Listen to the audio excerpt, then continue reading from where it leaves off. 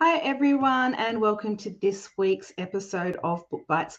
I am coming to you tonight from the land of the Gadigal people of the Ku-ring-gai Nation, and I am very pleased to welcome to Book Bites Emma Gray. Hi, Emma, welcome. Thank you for joining us tonight. Oh, thanks for having me, Sandy. It's lovely to see you. And congratulations on your new book. I wore this top because I thought it sort of matched your new book cover. Thank you. Yes, that's come out this week, and release week's always a little bit of a strange week, as you know, because yours came out in January. Is that right? Yes. Excellent. We're going to talk about... Sorry, go. I'm amazed you're able to even pull yourself together to do this tonight. The same week your books come out.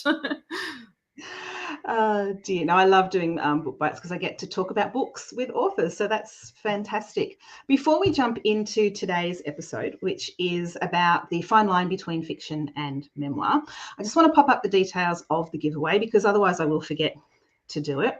So for anyone who leaves a comment or asks a question, you will go into the draw to win a copy of Emma's fabulous novel. And if you've been watching me on social media, you know how much I love this story, The Last Love Note. And we will keep that open until midnight Friday night. And so if you're watching this back, if you haven't been able to watch it live, you can still go into the draw if you leave a comment or ask a question. And Emma and I will pop back in over the weekend to see if there are any questions that we might have missed. We've got a hello from Tracy. She is one of our regulars here at Book Bites. Hi, Tracy. Welcome. And thank you, Tracy. Yes, it's exciting having a book out there. And Yvonne, another one of our regulars. Hi, Yvonne. Thank you for joining us tonight. So, Emma, as I've said, I absolutely loved The Last Love Note. And I felt like quite a few times you were reaching into my life and exposing my feelings, and even some of the conversations, and I'm thinking particularly of Kate's conversations with her mother. I swear to God, it was word for word conversations I've had with my mother. So I don't know what kind of magic you employed there to reach into my life. It was a little unnerving. But congratulations on such a moving story. I hope you're very proud of it. Oh, thank you. That's lovely to hear. I'm so glad that it touched you that way. And I am proud of it. I think I'm proud of it because of where it came from and the fact that there was just so much personal experience having lost my own husband in 2016. So I'm sort of proud that I'm here even to tell this story and that our family has come through this tragedy, and that something has come out of it that I hope is a nice positive thing to put out into the world. It is such a gorgeous story. It was inspired by true events in your life after you lost your husband unexpectedly. So I wanted to ask you, when did you decide to put pen to paper, or finger to the keyboard, I guess? And why did you go down the path of fiction and not write a memoir? Being a writer, I knew fairly early on that I was going to have to just process everything I was feeling in words, and that would be how I was going to figure my way out through grief. So I started off by writing articles and pieces for Her Canberra. I was a regular writer for Her Canberra, which is an online magazine. And in doing that, I built this extraordinary support network around me of people I didn't know who were just always there for us. We had people turning up, dropping off petrol vouchers in our letterbox and lasagnas on the front doorstep. It was absolutely just, from readers. It was beautiful. And I found that writing about it and then sharing stories with other people was very cathartic and helpful. And so I assumed that I would go on and write a book about grief. And I kind of thought at first it could be a memoir, but then it was just too close and too much of our own story. And so deciding to fictionalize it was great because it meant I could put the real emotion in there, but create this entirely different world. And so I think that was a therapeutic way to go about it, and also allowed me to imagine what might happen as well, which was the love story part of it, the second love story when she falls in love again. I'm going to come to Hugh a little bit later on tonight because so once you did decide that it was going to be fiction and not a memoir, Were there any key elements or differences that you had to be mindful of when constructing the story? What I did was I decided to fictionalize the cause of death, so that I was not writing about Jeff's death. And even though her feelings are the same, it was not a description of what happened to us.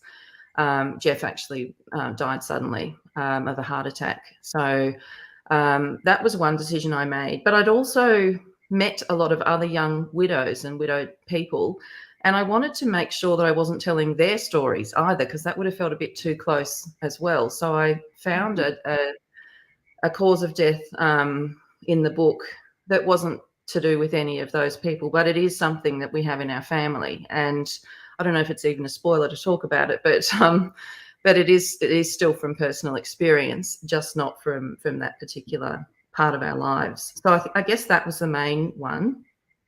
And just fictionalizing the entire thing meant that I have a little boy, and he has the energy of the same kind of personality as Charlie in the book, but it wasn't, directly his experiences, except for one story at the very start involving the grenade.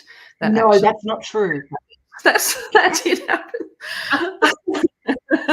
In fact, when I wrote that bit, our publisher, we both know, Ali Watts at Penguin, said, I don't know, this bit about the grenade, it just seems a bit far-fetched. I said, no, actually, I've toned that down in the book. It's even worse. No. Yeah. So it was one of these things where I would take the funny stories from life and felt okay incorporating those in. Those and the real emotions, I guess, were the two things that I really did, pour into the book. And there's a lot of me in Kate too, I think, in general. I think this is the beauty of fiction, is that it's such an accessible way to talk about some pretty deep life things. You mentioned the distance that we can keep from it, and I think that is really important in fiction, because then it can reach a much wider audience. Not everybody reads memoir, right? Yeah, that's right. And I think there's a bit of memoir probably in most books that anyone writes. I think we do bring a lot of ourselves and our experiences and stories into anything that we're writing. I guess for me, this one is probably just a bit closer to home than others. Yeah, and that's interesting. As you mentioned, we share a publisher, Ali, and when I handed in my first draft of the Red Gum River Retreat, which has just come out, the first comment she said to me was, there's an awful lot of you in this one, Sandy. So, yeah, it's interesting how we kind of bleed into our characters, isn't it? It is, yeah. Grief is such a personal thing, and we all move through it differently. Were you worried that your portrayal of Kate's grief might not resonate with readers, or do you think there are some universal aspects to grief?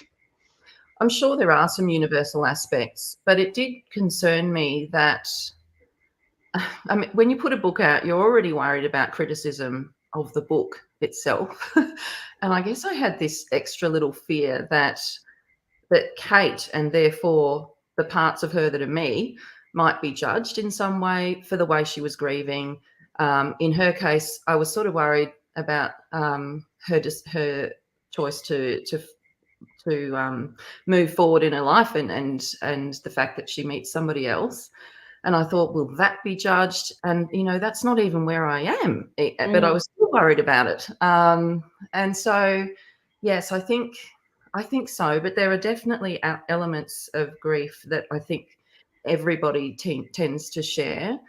And I've had a lot of feedback from readers who are either going through this now or have been through this, who've sort of thanked me for articulating their own experience, and even though the situation might be entirely different, and people that have lost different people in their lives, not just their partner, saying, this is all very true, this is exactly how I felt. It's things like, going to the supermarket and finding that incredibly challenging, because you're surrounded by all the products that your person is never going to need again. And then having people see you in the supermarket and avoid you because they don't know what to say, and then having all the terrible admin that we go through with banks and all the businesses that we have to deal with, and just how difficult that is. And I think so that kind of thing seems to be experienced by pretty much everybody. Yeah, and you're absolutely right that it doesn't matter who you've lost if it's Mm. somebody important to you. I have not lost a husband, but I have lost a child, and so much of Kate's experiences reflected my own, and even what you were just talking about then, you know, the bureaucracy. I had to prove, I don't know how many times, to Medicare that my next pregnancy wasn't the same pregnancy as the last one, and little things like that that just that sets you off. And there was one scene in particular that resonated with me, and I think it was when Kate was on the motorbike with the hot neighbour, and she was worried that they were going to career off the road or into the tree or something like that, and she would never actively do anything, but she also wasn't concerned if they did Mm. off the road and into the tree. So like so many of your readers, I want to thank you for articulating those emotions, because it definitely hit home with me. I'm sorry that it hits home with you and with anyone else that it hits home with, because I apologise. no, but because of the losses that you've all had, and it's good. I'm glad that it expresses this in a way that perhaps makes you feel like you're not alone, and that these thoughts that we have, it's not just you. Yeah, I'm going to go through some of the audience comments and questions here, just partly to give myself a little bit of a breather there. I was getting a little bit worked up there. Kate Solly, who's another fabulous author, said, I loved The Last Love Note and didn't want it to end. Helen Edwards is reading it right now and she's loving it, and it's made a special way into her heart. Oh, that's beautiful. Karen has just purchased it and downloaded it and seems like she might need tissues. So, oh dear. Somebody else mentioned something about crying in here. Tracy has said, I lost my mother last year and the things I had to deal with never seemed to end. Yeah, that's so true. Yeah. Tracy. Karen is relating to my comments about losing a child. And Yvonne says, I haven't read this book, but I lost my husband. Oh, 4 weeks ago, Yvonne. Oh, Yvonne, I'm so sorry. It seems strange not to go to his nursing home after 8 years of doing so. We are with you, Yvonne. We send you our deepest, deepest love and hugs, darling. Yeah. Being such a personal story, did you find yourself straying a little too close to home a few times while you were telling Kate's story, and did you have to pull it back, or were you able to maintain that distance? Well, I am typically an oversharer anyway in real life. So no, I didn't really. And also I think it was a way that I was processing it. And so actually it was helpful to go there and to really go right there. And, you know, I always tell myself when I'm writing, you can always edit this out later. But I didn't.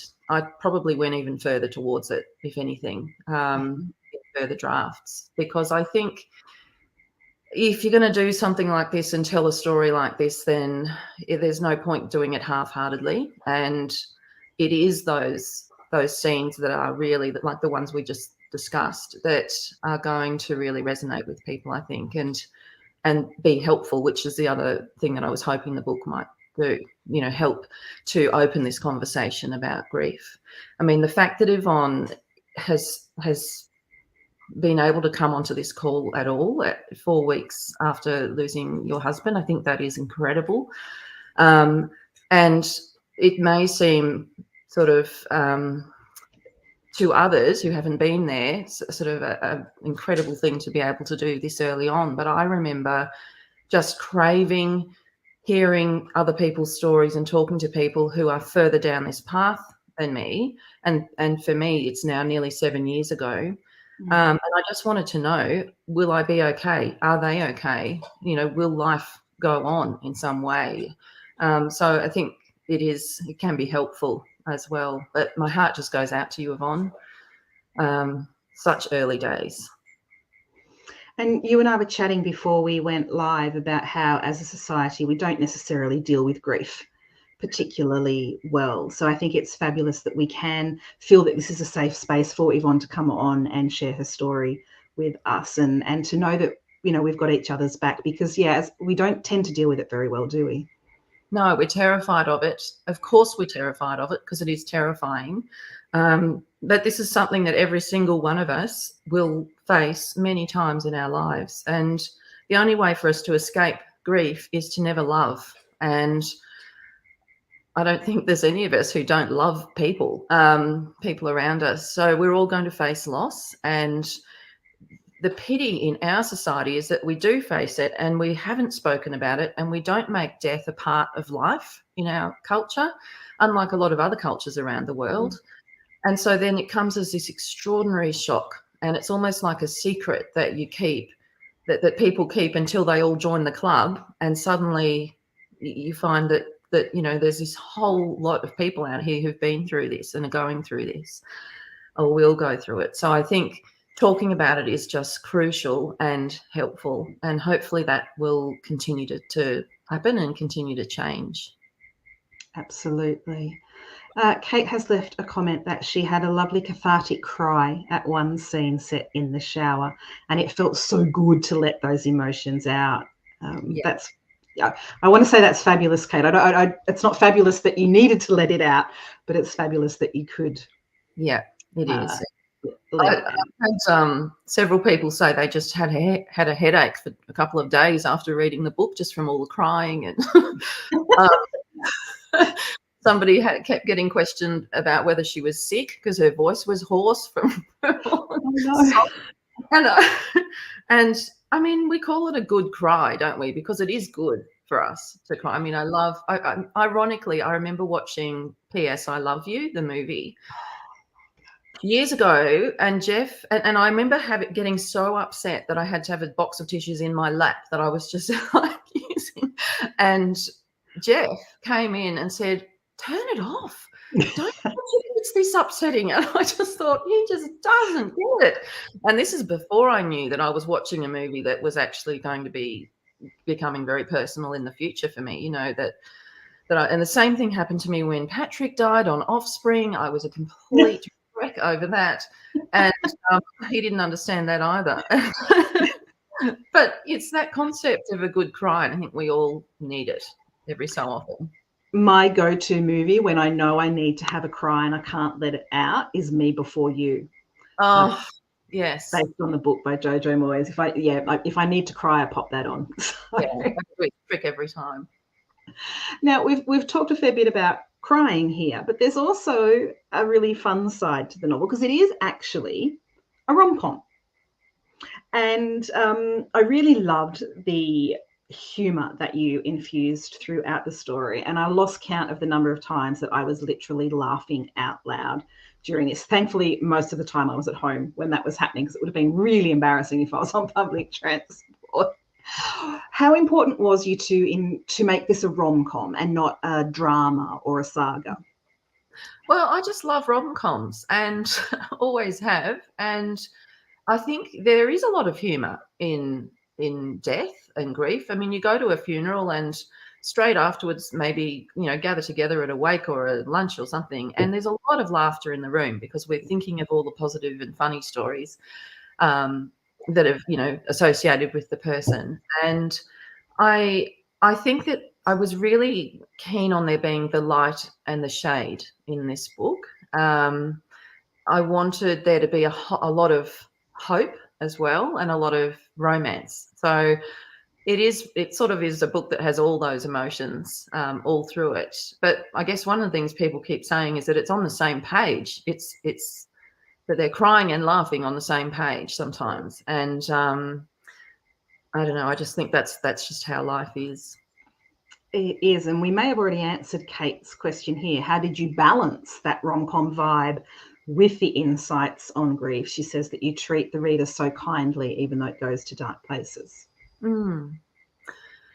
Well, I didn't plan it. I don't plot the novel, so this is just what happened. This is how it came out. But I did see it as if I was watching a movie, and I was thinking that I would love for people to feel as though, you know, when you do go and see a movie that rips your heart out, but at the same time uplifts you, I wanted that feeling for people when they read the book, so that, you know, they might, it's one of those things that if it was a movie, you'd sort of go straight into the bathrooms afterwards to clean yourself up,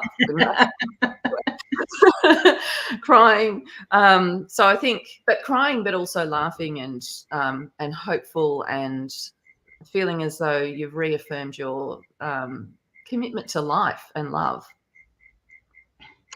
We've got another story here, and I'm going to share them when they come up because, as we've said, it's really important to talk about these things. It's the 12-month anniversary since Maxine's mum died this week. And there's not a day that goes by that she doesn't wish things were different, and that she wished her mum had never been in her home. The grief, it really is there all these days after. Yeah. And I mean, 7 years on, I don't see any sign of that going away. I think it always will be with us. Maxine, I'm really sorry to read about your mum's death a year ago. I think that first year is so difficult, and it's full of all those firsts that you're doing without the person. So that is a really, really tough year. And I think to get through that year is a huge achievement. And you know, I really feel for you, because I found it every year, the anniversary, to be quite tough. Something we do actually now is that we make it a nice day where we go out and do things that we enjoy as a family. And we've sort of changed the way we look at the anniversary, and that has helped. But gosh, it's tough. And I think it will always be with us. And I think we just sort of have to grow around it and carry it with us, carry it forward into our future. Sorry, that's my dog, Frank. And what was where was I going with that before my dog interrupted? Grief. Oh, I think I've read so much about grief over the last 7 years, and there are all these. I think one of the most helpful things was that at first it's just with us all the time, and it is just so intense. It's as if you're almost drowning in it. And then over time, the waves of grief, while they still can dump you completely, they are further apart, and you get over them faster. So you know, there will be triggers and things that happen, I think, for the rest of our lives. My mum is 90 and has advanced dementia, so that's another type of grief where you're grieving in advance. You're losing somebody in front of you, and I'm sure that when the inevitable happens in our family again, it'll be different all over again, because it's just a different person, a different situation. Hopefully I'll just know a bit more about what to expect, I guess, this time. I have found, and it's 18 years since I lost our daughter, and I have found that the grief morphs.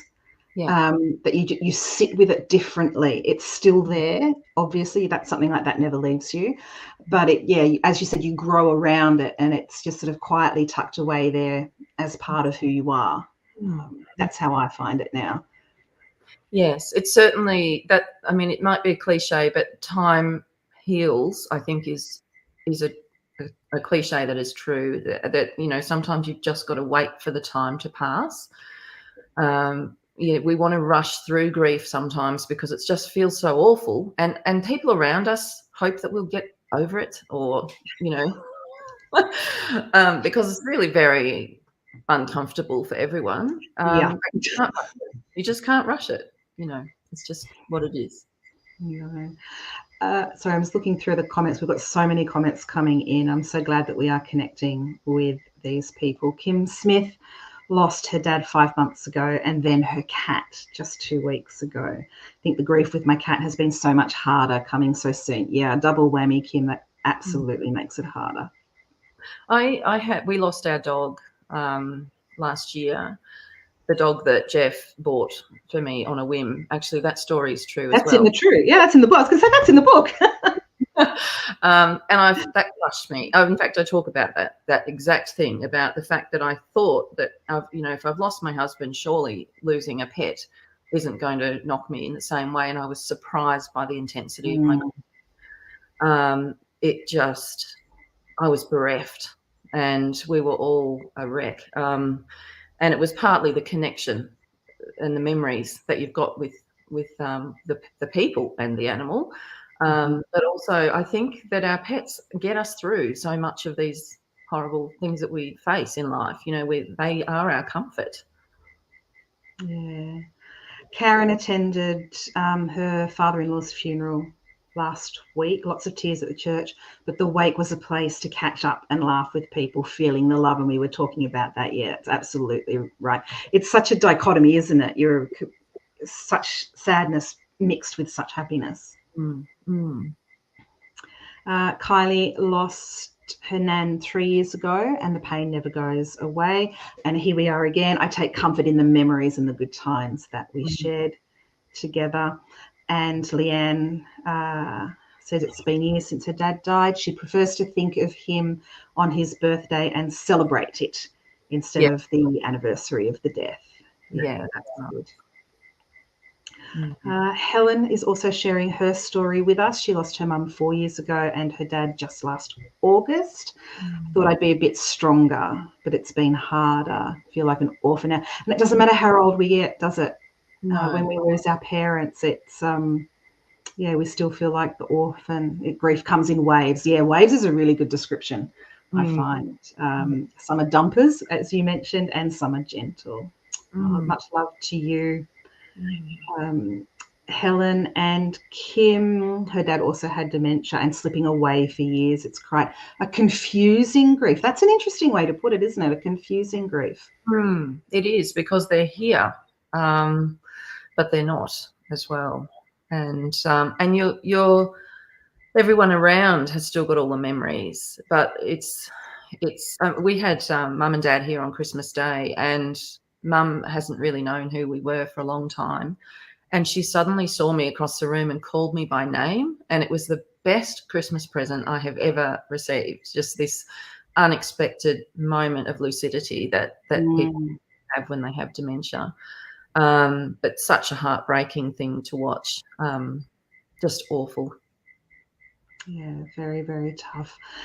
Sarah Turner, who I believe is your sister, Emma, did pop in, and she's off to collect her daughter from work, but she wanted to say how proud she is of you, and the whole family is proud of you as well. That's so nice, Sarah. Thank you for dropping.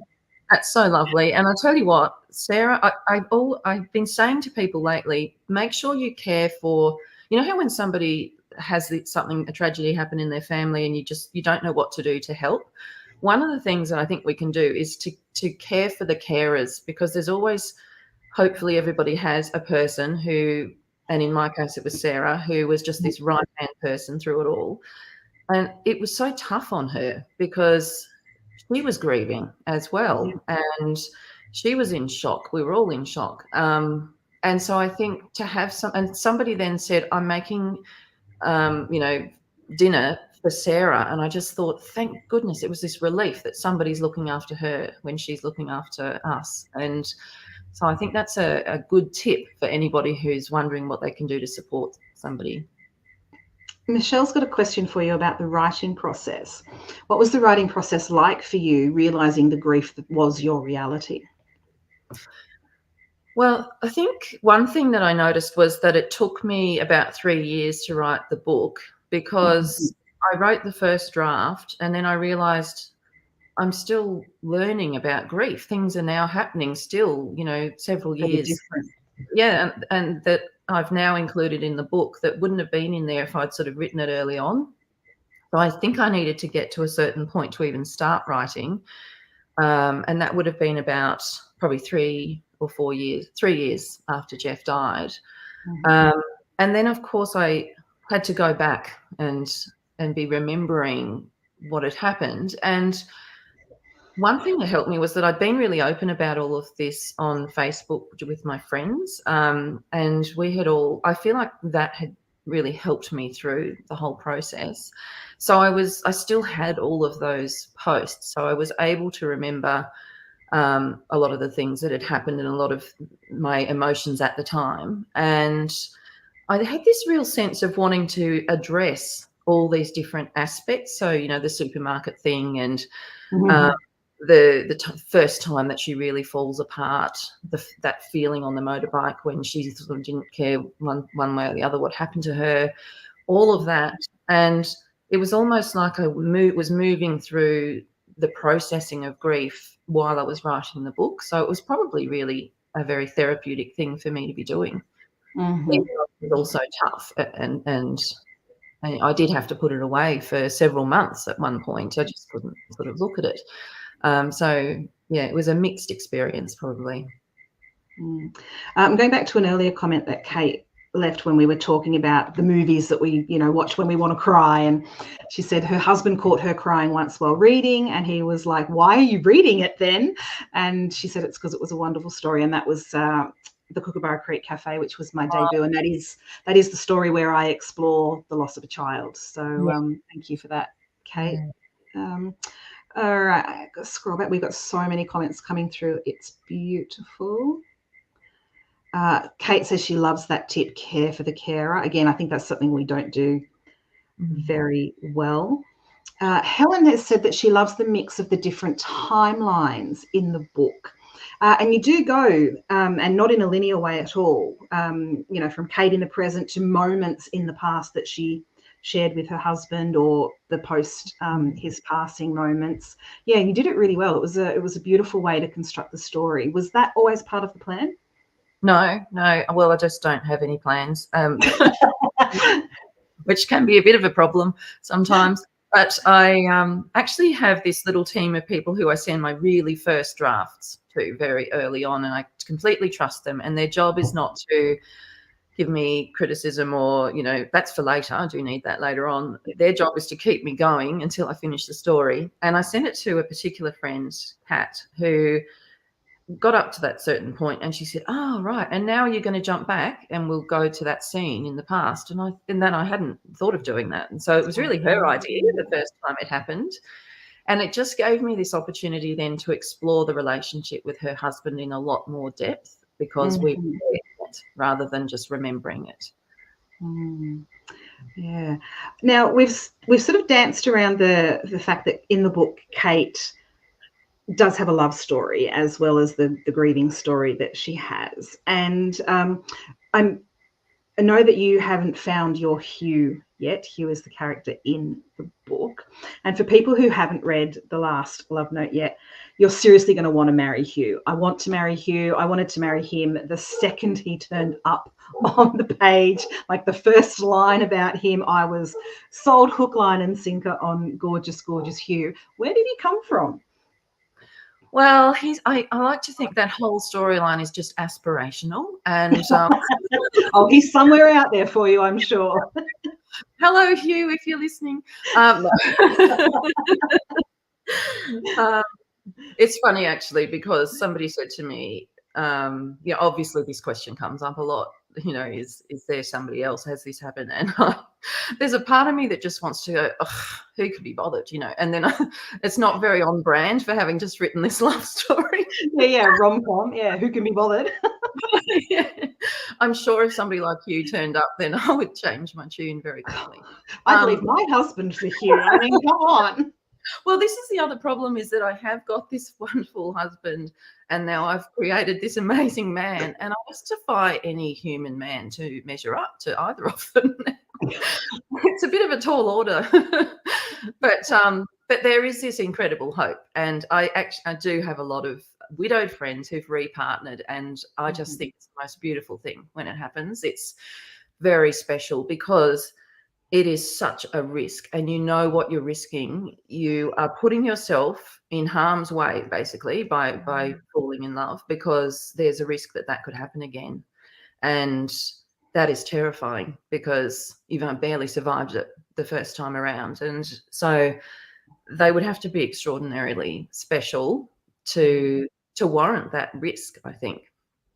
And Kate talks about that in the book, doesn't she? When she's just starting to have thoughts about possibly opening herself up. And she says that very thing, that, but if she opens herself up, she knows what she could go Yeah. through again, whether she would even survive it if she had to go through it again. Yes, exactly.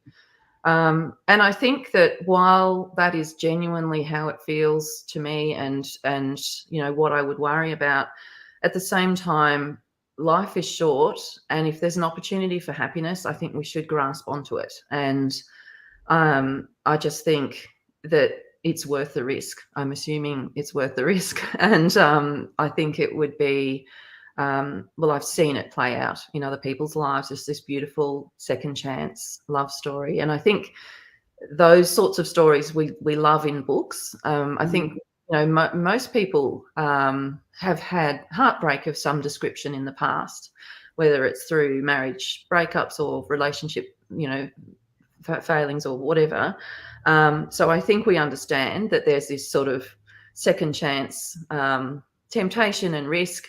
And so I think it's a lovely topic to explore. It is, and I hope that there is a Hugh out there for you. But you have to share that with us if he does ever turn up. Well, maybe not, because we might all be latching onto him ourselves. So yeah, maybe keep that one to yourself for a little bit, I think. Erica has left a comment that it is so important to share the grief journey. Her dad died 20 years ago, but catching up with an old friend and talking about him today still caused the tears to spring to her eyes, and maybe it never goes away. And I actually think that's really beautiful, because it means you loved so deeply. Yes, that's right. Yeah. And I think we actually are very privileged to have felt that deeply for anybody, and to have had a relationship that 20 years later is still making us cry, I think is a beautiful thing in one way. I think it's a lovely sign of that deep love. Maxine has said she's looking forward to reading The Last Love Note, and she picked it up this morning. So while she was looking for my book. So that's a nice little bit of kismet, I think. And then Kylie says that she has to get your book soon as well. I'm going to pop up the details of where you can find Emma online. So pop in your last questions here while we're looking at this. And I've got a question for you, Emma.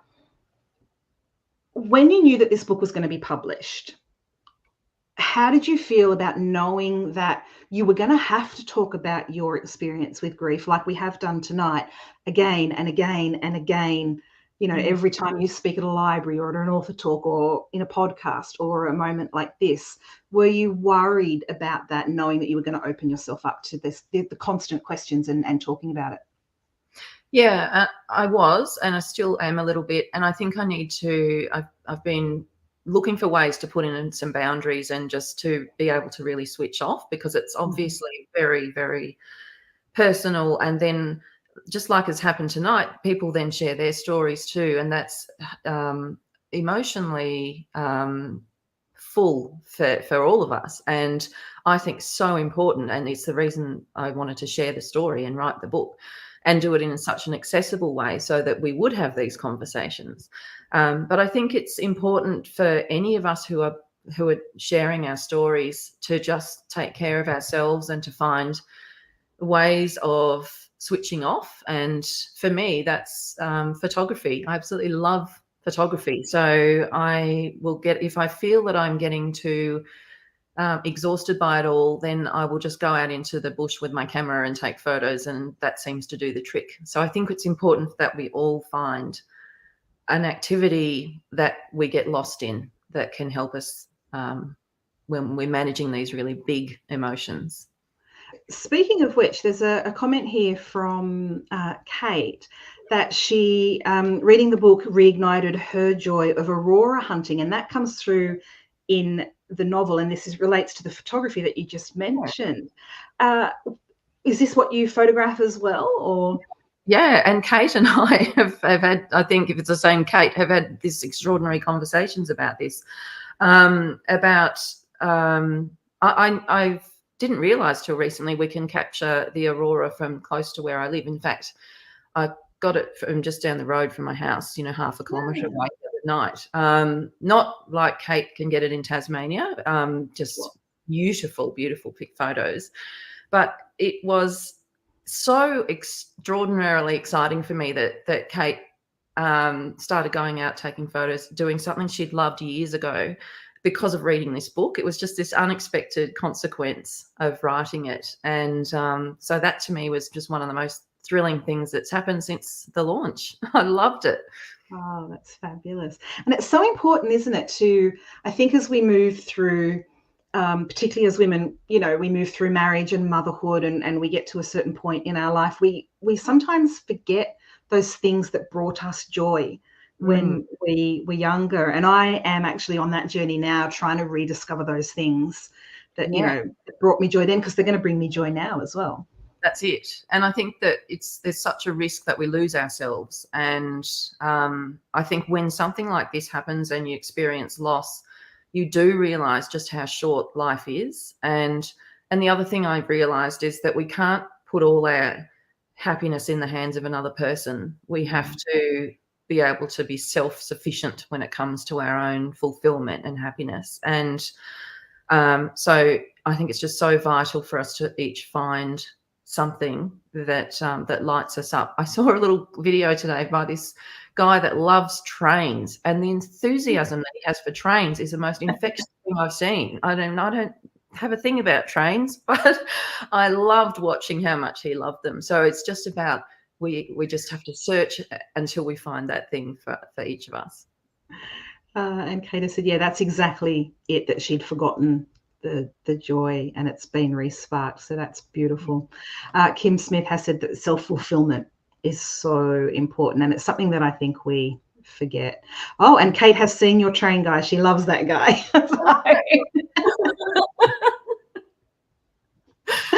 Oh dear, I'm going to have to look this train guy up, because joy is infectious, isn't it? Yeah, it is. It really is. Yeah. All right. Before I let you go, Emma, I'm going to ask you one last question. And it's a question that we get asked a lot as writers, and I've certainly been asked it a lot this week with my release. What's next for you, Emma? I knew you were going to ask this awful. I have to go there. I know. I am writing a book at the moment, and I think one of the things I'm struggling with is that book is so personal that I can't repeat this. I can't write this book again and just change the characters and the story. So the book that I'm writing now is a little bit of a departure for me, in that it is a bit of domestic suspense, with romance as well. Can't get away from the romance. I just, romantic from way back. Anne of Green Gables started that off. So I'm having a lot of fun exploring a different kind of story, and I have no idea what I'm doing, and that's the way I love it. If I knew what I was doing at this point, then the reader would probably know as well. So that's my theory. Writer after my own heart. I'm also not a plotter, so I don't plan anything. So that's fabulous. All righty, guys, we're going to wrap it up there. Kylie says, hang on. Didn't put it in. Kylie says, that was her favourite kid as a book, Anne of Green Gables, and thank you. Have a lovely weekend. Thank you guys for joining us today on Book Bites. Thank you, Tracy. Another great episode. It's been an absolute joy speaking with you, Emma. Thank you so much for sharing your experience and for allowing others to share theirs with us. And if you're out and about, people, be open to these discussions, because I think we need them. Kim, everybody's popping in and saying goodbye now. Thank you so much. From Maxine, from Yvonne, from Karen, and from Kim. And Kate, Kate's very happy that you're going to keep the romance. It's going to be hard to get rid of that. I just say thank you to you, Sandy, for making this happen. It's just been so lovely to talk to you, but also thanks to everybody who has so generously shared your own experiences. I think it's really a gift that we can give each other. It absolutely is. And again, and I say this, no matter what we're talking about, this is the magic of books. It brings people together, and we can talk about all sorts of things. And it's why I love doing what I do. And I'm sure you love doing what you do as well, Emma. Yes. All right, guys, we're going to wrap it up there. See you all next time on Book Bites. Thanks, Sandy. See you everyone.